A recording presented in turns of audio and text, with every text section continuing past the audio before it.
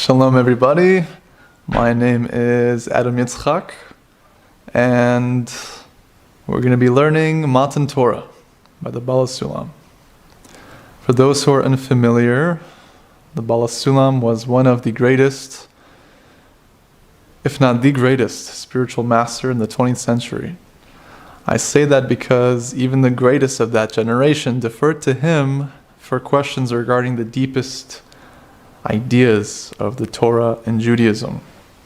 For example, Rav Kook said something to the extent of, "And now has come the godly sage, master of understandings, the holy treasure, the honorable sage in awesome holiness, our rabbi and teacher, Rabbi Yehuda Leib Ashlag, Gevat Shaul." And he has more to say, but as well as the Musar masters of that generation, being Rav Dessler, Rav Lopian, the Chazon Ish was close with the Baal Sulam, and even baked matzahs in his oven before Pesach. The Beit Yisrael, the Rebbe of Ger, and the list goes on. The Baal Sulam is Rabbi Yehuda Leib Halevi Ashlag. He came from Poland, from different schools of Chassidut, particularly of the Porozhov descent. And he was a great student of several Chassidic rabbis. He is named after his magnum opus, which is the Sulam. It's a commentary on the Zohar, which is a translation as well from Aramaic into Hebrew, as well as an illumination of most of the deep teachings within.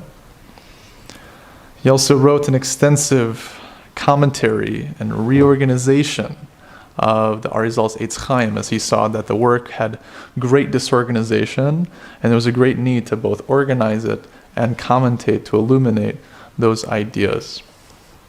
But in the early 1930s, when he was already living in Israel for a little bit over 10 years at the time, after he had immigrated with his family from Poland, there was waves of consciousness within him that pushed him to write a collection of essays to combat the growing corruption of authors who claimed to know something about Judaism and deep wisdom.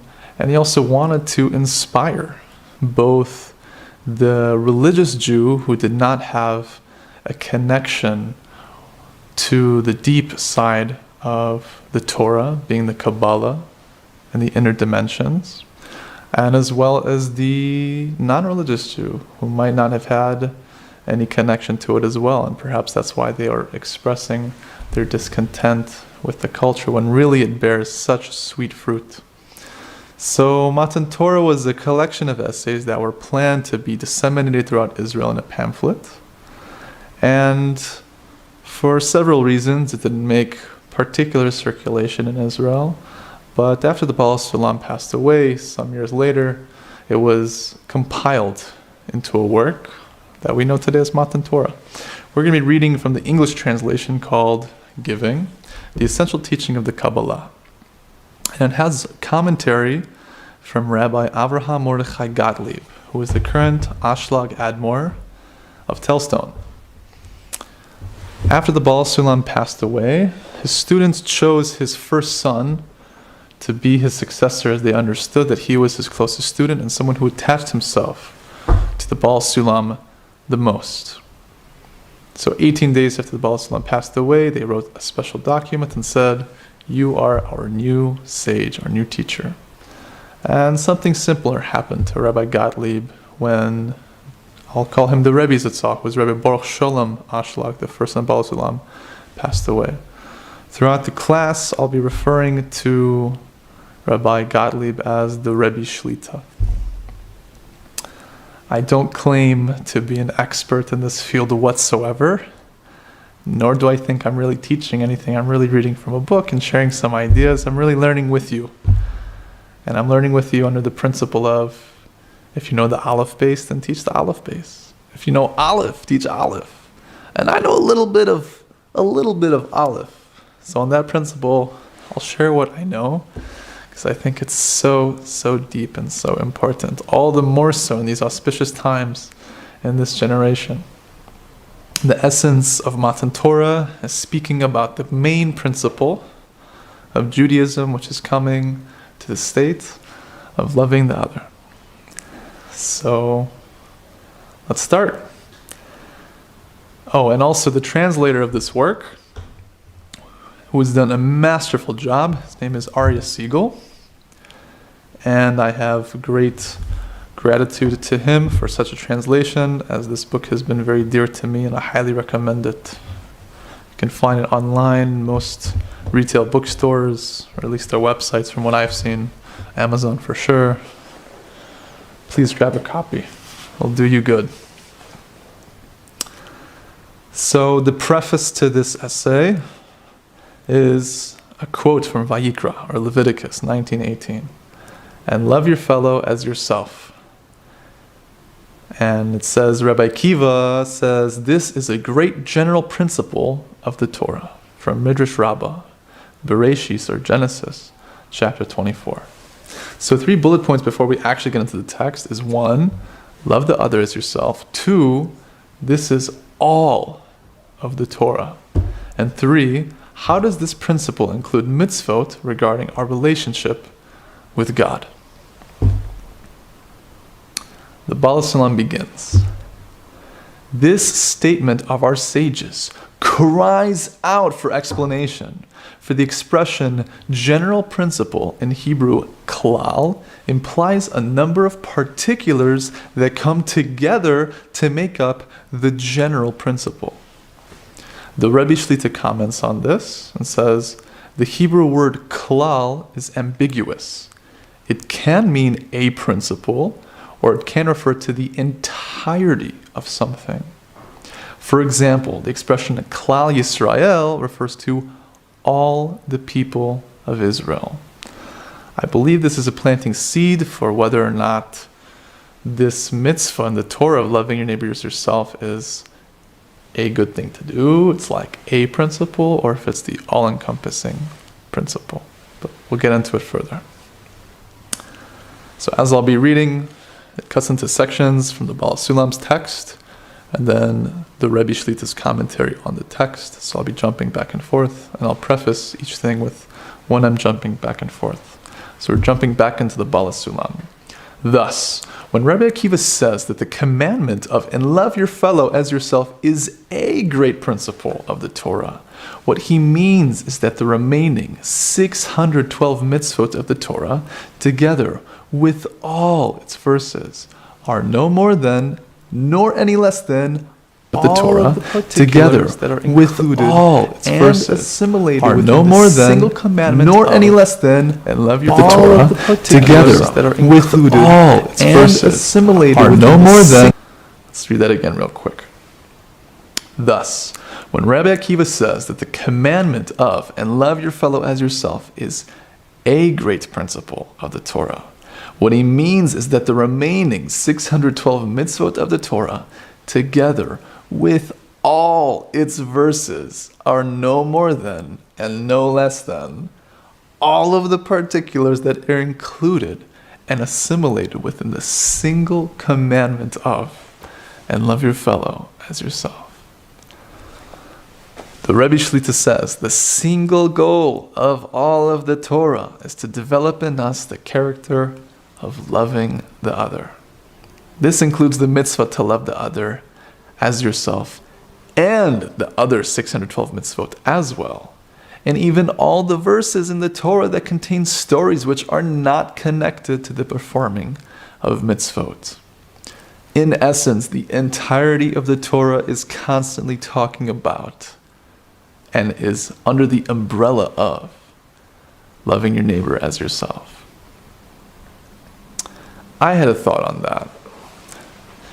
In Hebrew, we have a corresponding numeric value to every letter. So there's a gematria. And the gematria of echad and ahava are the same. There are 13. And we say God is one, Hashem echad. But because everything is so interrelated in the Torah, let alone reality, so because Hashem is the absolute, ultimate, perfect love and lover as the principle of creation based on the knowledge of Kabbalah is that the foundation is Ratzono Lativ Lenivrav, his intention to give goodness to his creation. So there's only a pleasant stream of goodness at all times. When we see chaos and darkness and suffering, it's due to our lacking and our inability to see the light in the darkness, or maybe perhaps a lack in our ability to rise above our own understanding and say, this is for the best. It's actually Jewish law, it's halacha that says because everything comes from the Creator, it is incumbent on us to believe that everything is for the good.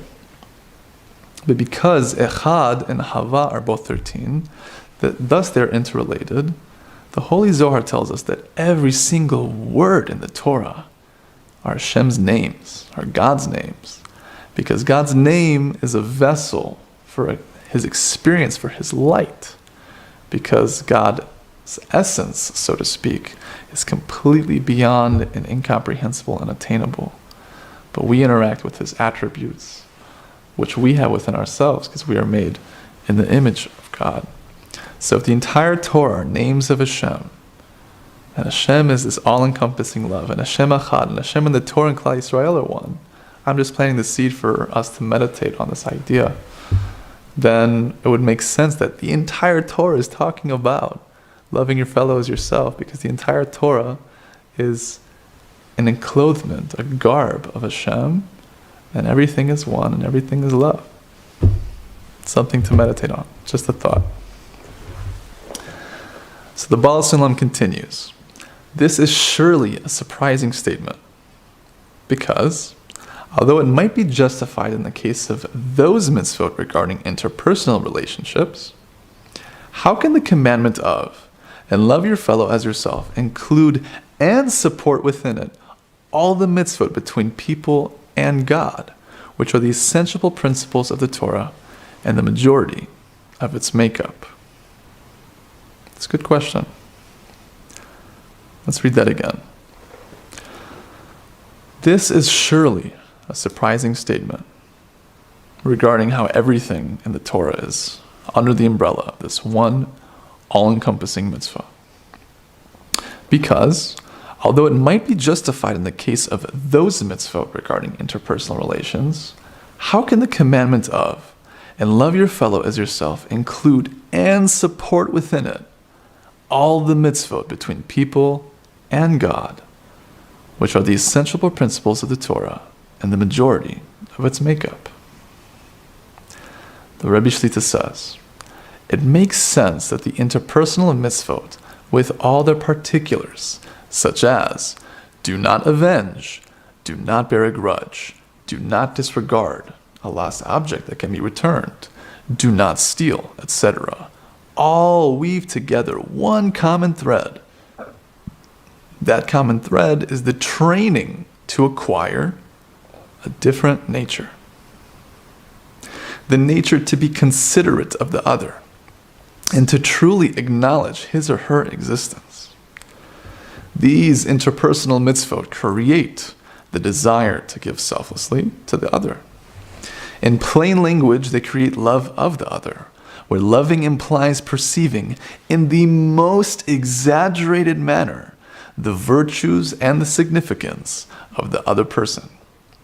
Just as we have high regard for our own significance, so we must recognize that each individual is a completely unique and valuable treasure. But how are the mitzvot between people and God, such as phylacteries, being tefillin, Shabbat, sacrifices, blowing the shofar, connected to this transforming education that we are expected to undergo?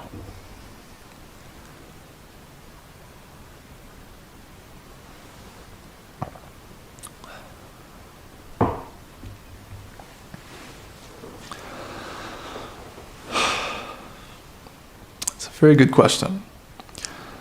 And it's interesting because when we were given the 10 Commandments, the 10 sayings, it's split in half. You have Bein Adam Lachavero, man and his friend, and Bein Adam Lamakom, between man and God. And through our tradition, it's understood that the Creator actually emphasizes and tells us that the mitzvah between man and man is more important. Why? When I pray, or I do something for God, let's say put on the tefillin, or keep the Sabbath, I'm not getting feedback. But when I do something for a friend, for a loved one, or an enemy for that matter, I get feedback. So because it's more tangible and it's more relatable to our growth, therefore it's given more importance, because it's more practical in relation to our ascension up the spiritual ladder. Also, under the notion that we are all one soul and we're all interconnected, therefore every human being is a valuable treasure, as the Rebbe Shlita says here. Because their soul is a part of God on high, so to speak, a chip off the old mountain, as we like to say, then when we do something for the other, not only are we doing it for the person, but if we do it with the intention that we're serving God through serving the person, then it's a 2-in-1. Because God is within that person to a degree, a chelik, a portion, so to speak, and the person himself or herself. But I'd like to expound a little bit on the notion of mitzvos as a whole and how they relate to our growth. Because the question is here, how can the mitzvot between people and God relate to our growth? How can it relate to the transformation within us? So, the Baal Sulam has a book called the Peticha L'Chochmat HaKabbalah. The Peticha is a masterful summary of the Talmud Esrei Sfirot, which is a super commentary on the Arizal's Eitz Chaim, as described. The Peticha, as we say in Hebrew, is a bekitzer. It's a short version. It's condensed, and it's, as it says, Peticha means opening. It's an opening to the wisdom. And the English translation, actually, for the first 2 chapters of the book, are in print, but it can be found for free PDF download on KabbalahArt.com. It's an amazing artist in Sfat, good friend of mine, Abraham Lowenthal, and he's done several translations for some of these books, and I highly, highly recommend it. It's a free download for PDF, so why not? And I'd also like to note that the Rav Kook quote that I read was from another masterful work called Master of the Ladder. It's by the Rebbe Shlita, Rebbe Abraham Mordechai Gottlieb, and it was translated by Yedida Cohen from Tzfat. And it's an amazing, amazing work that has both stories about his life, poetry, personal notes that he sent to students with commentary on the deep Kabbalistic wisdom behind it, and just deep Kabbalistic teachings, period, just without saying anything else. Like it's a deep book in itself, and it's highly recommended. But I digress. It says in the Peticha, again, we're talking about the mitzvos between people and God. The Peticha opens up. Rabbi Chananya ben Akasha says, God wanted to give merit to Israel, and therefore gave them a lot of Torah and mitzvot, spiritual learning and spiritual practice. This is like what the sages say. The mitzvot were given to purify Israel. We need to understand this purification that we attain through Torah and mitzvot, and understand what coarseness in ourselves we need to refine. The Hebrew says zechut, that God wanted to give merit to Israel. Rotzeh HaKadosh Baruch Hu zechut et Yisrael lefichach harbe lahem Torah v'mitzvot.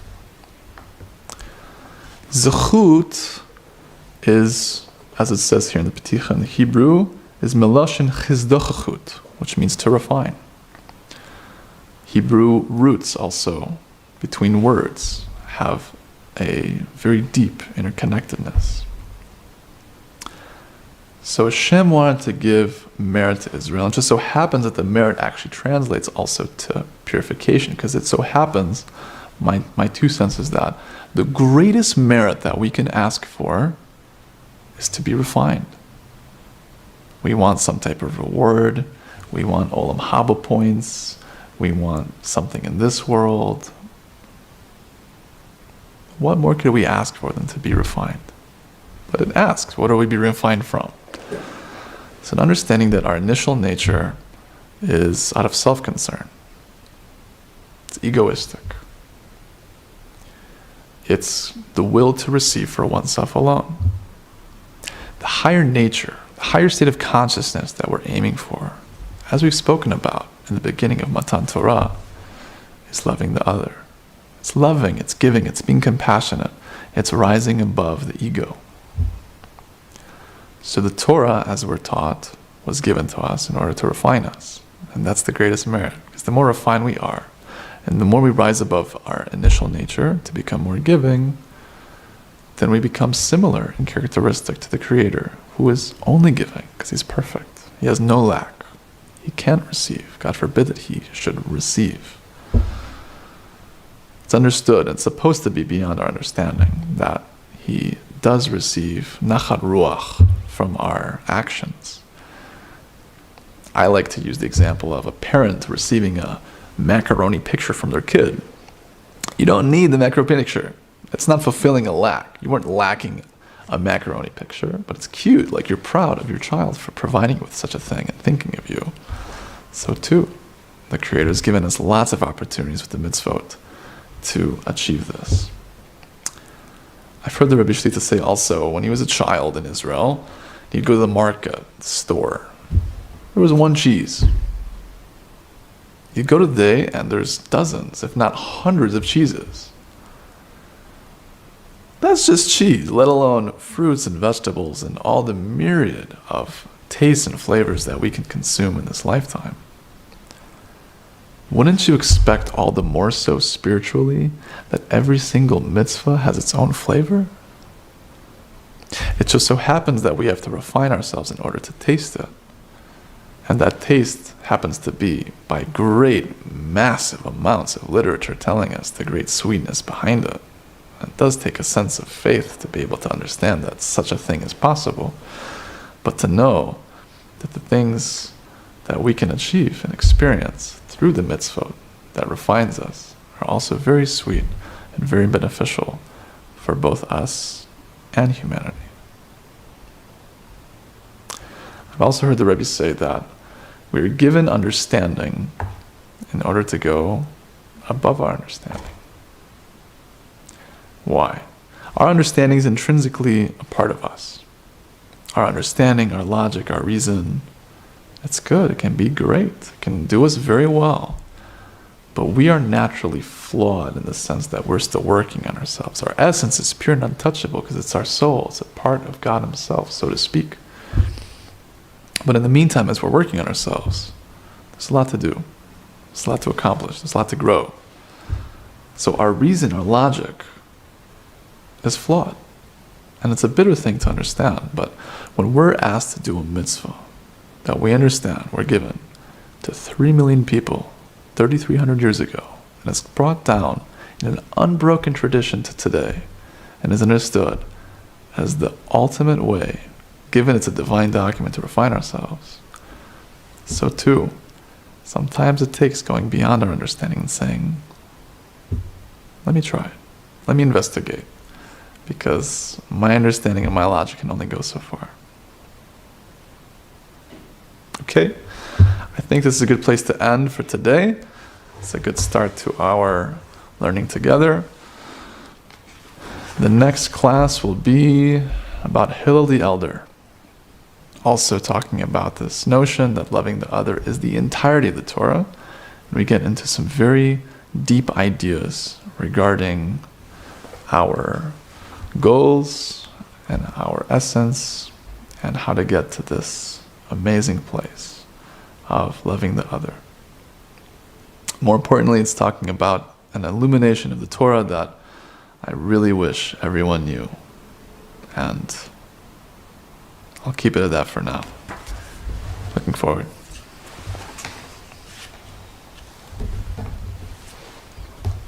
And by the way, this is a piano scarf. It's very sentimental. It's given to me by my mother. She's a pianist. She taught me young. Kol Tuv, all the best. A Chodesh Tov, a good month. A Shavua Tov, a good week. And looking forward to learning more. All the best.